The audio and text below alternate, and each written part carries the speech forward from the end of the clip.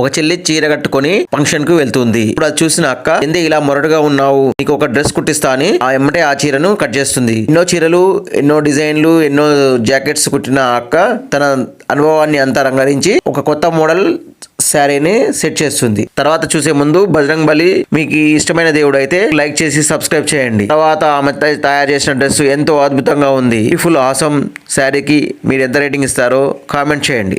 Daddy, నేను ఒక మంచి పని చేస్తున్న, 1000 రూపీస్ ఇవ్వవా? 1000 కాదు కదా, 10 రూపాయలు కూడా ఇవ్వను. ఏం చేస్తావో చేసుకోపో. అప్పుడు ఒక రాయి చెరువులో వేస్తాడు. అది చూసి అతను అరే చేప పడ్డదని గాలం చూస్తుంటాడు. అప్పటికే అతను కూర్చున్న చైర్ని తీసుకెళ్ళి ఇంటికి వెళ్తాడు.